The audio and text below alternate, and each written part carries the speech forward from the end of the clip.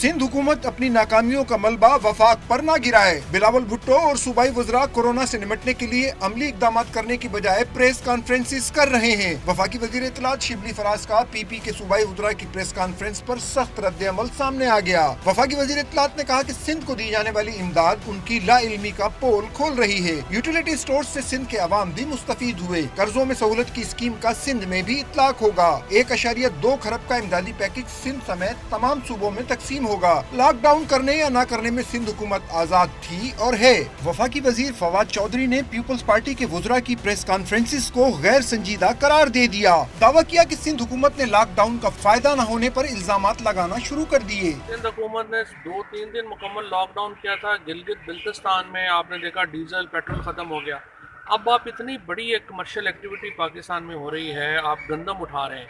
अगर इस वक्त आप कंप्लीट लॉकडाउन कर देंगे तो गंदम आप नहीं लेगी, अगले 3 महीने आपको गंदम का क्राइसिस आ जाएगा। सो सिंध गवर्नमेंट की जो मेरा ख्याल है अभी जो कल से जो उन्होंने प्रेस कॉन्फ्रेंसिस का सिलसिला शुरू किया है सिंध गवर्नमेंट ने, वो ज़्यादा गैर संजीदा मेरा ख्याल है उनकी प्रेस कॉन्फ्रेंसिस हैं। तहरीक इंसाफ के रहनुमा शहबाज गिल ने वफाकी हुकूमत और NDMA की जानिब से सिंध को सप्लाई किए गए तिब्बी सामान की तफसीलात जारी कर दी। दावा किया कि बिलावल भुट्टो की प्रेस कॉन्फ्रेंस का मकसद वफाक से पैसा मांगना था।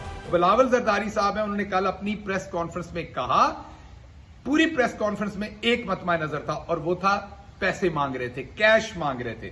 हम आपको कैश नहीं देंगे, ये आपको बार बार बताया। आप जितने मर्जी अटैक कर लें प्रेस कॉन्फ्रेंस करके, आपको एक धेला कैश नहीं मिलेगा। उसके बदले में हम क्या कर रहे हैं? उसके बदले में हम ये कर रहे हैं कि अभी तक सिर्फ सिंध में 22.5 लाख खानदान, मैं अफराद की बात नहीं कर रहा, 22.5 लाख खानदानों को इमरान खान साहब की स्पेशल इंस्ट्रक्शन पे एहसास प्रोग्राम के तहत 27 अरब रुपए के करीब जो है वो डायरेक्ट कैश दिया गया है, 12,000 रुपए पर खानदान। उन्होंने सिंध के वुज़रा को मशवरा दिया कि वो कोई बयान देने से पहले हकाइक का जरूर मुताला करें।